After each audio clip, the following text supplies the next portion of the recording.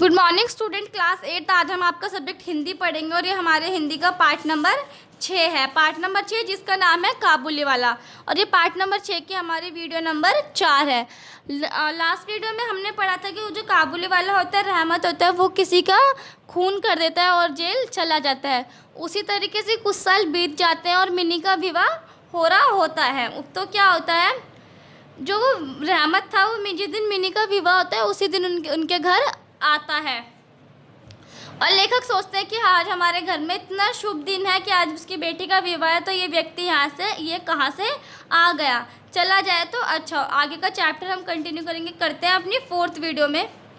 मैंने उससे कहा, आज हमारे घर में एक ज़रूरी काम है, सो आज मैं उसमें लगा हुआ हूँ। आज तुम जाओ फिर आना। वो काबुली वाले को बोलते हैं कि आज तुम जाओ फिर किसी दिन आना।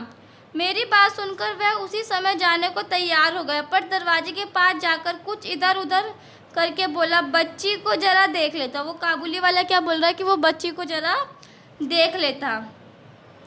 शायद उसे विश्वास था कि मिनी अब तक वैसे ही बच्ची है। उसे लगा कि मिनी जो है अभी भी बच्ची है, पर दरवाजे के पास शायद उसे विश्वास था कि उसने सोचा कि मिनी अब भी पहले की तरह काबुली वाला चिल्लाते हुए दौड़ी चली आ जाएगी।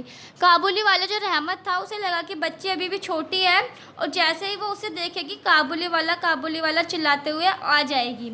मैंने कहा, आज घर में बहुत काम है, आज किसी से मुलाकात ना हो सकेगी।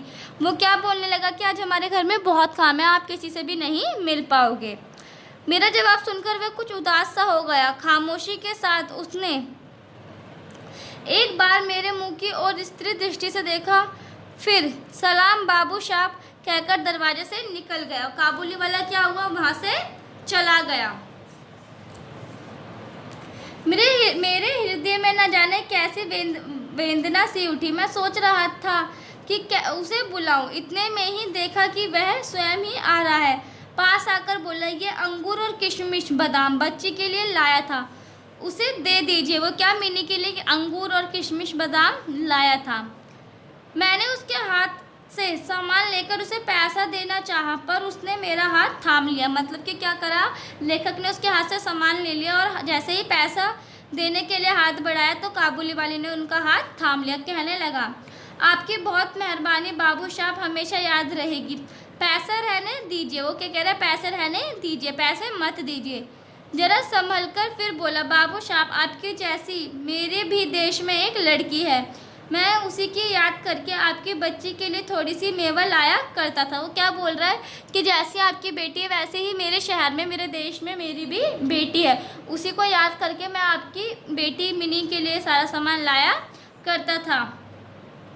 मैं तो यहाँ सौदा बेचने नहीं आता। मतलब कि वो क्या कह रहे हैं कि मैं आपके घर पे सामान बेचने नहीं आता था। मेरी आँख भर गई। लेखक क्या कह रहे हैं कि उनकी आँख भर गई और इस बात को मैं भूल ही गया कि वह काबुली वाला मेवा वाला है और मैं एक उच्च वंश का रईस हूँ। तब मैं अनुभव करने लगा कि जो वह है वही मैं हूँ। वो क्या कहने लग गया कि उसे ऐसा अनुभव हुआ कि जो ये व्यक्ति है वैसा ही मैं हूँ। वह भी बाप है, मैं भी बाप हूँ। वो क्या कहने लगे, यह भी किसी के पिता है और मैं भी किसी का पिता हूँ। मैंने उसी समय मिनी को बाहर बुलाया। उसने क्या काम करा, अपनी बेटी मिनी को बाहर बुलाया। विवाह की पूरी पोशाक और जेवर गहने पहने हुए बेचारी मिनी शर्म के कारण सिकुड़ी हुई सी मेरे पास आकर खड़ी हो गई। जो वो मिनी थी, उसकी तो शादी थी और वो क्या कर रखा था, उसने शादी के कपड़े और जेवर पहन रखे थे, तो अपने पिताजी के पास ही वो शर्मा कर खड़ी हो गई।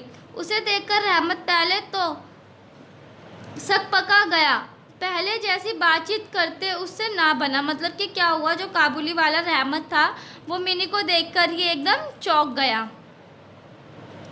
बाद में हंसते हुए बोला, लली, सास के घर जा रही हो क्या?